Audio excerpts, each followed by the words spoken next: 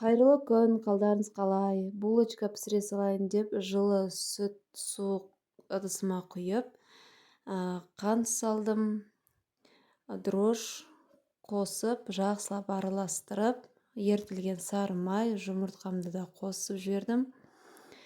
Тұз қоспағаным осы видеодан байқадым. Одан кейін аз-аздан електен өткізіп, ұн қоса бастадым. Онда өлшеген жоқпын, көз мөлшермен салып жатырмын.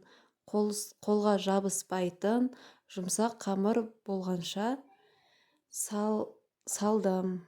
Он демекші, ұнның бағасы түсіп жатыр дейді ғой. Біз он алмағалы 2 ай болды.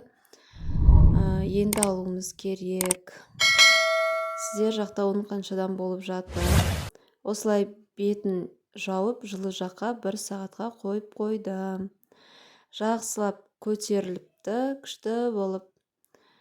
Осыны күлшелер бөліп, бетін тағы жауып қойдым. Одан кейін осындай өтірік формадан булочкамды жасадым. Осындай 3 протеин болып шықты. Жұп жұмсақ, үлпілдек, сап-сары болып пісті.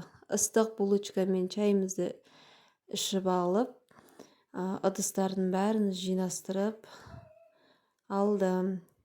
Ыдыс деген жан-жақтан шығып жатыр. Аяқтың астына мына 2 кісі отыр оратылып. Ыдысқа қарайым, аяғым астына қарайым. Қойшы дедім де, осылай саусағыммен фук еткізіп жуа салдым. Осылай үйіліп тұрған ыдыстар болмағандай барлығын жуып жинап қойдым. Аяғым астында 2 балада жоқ болып кетіпті.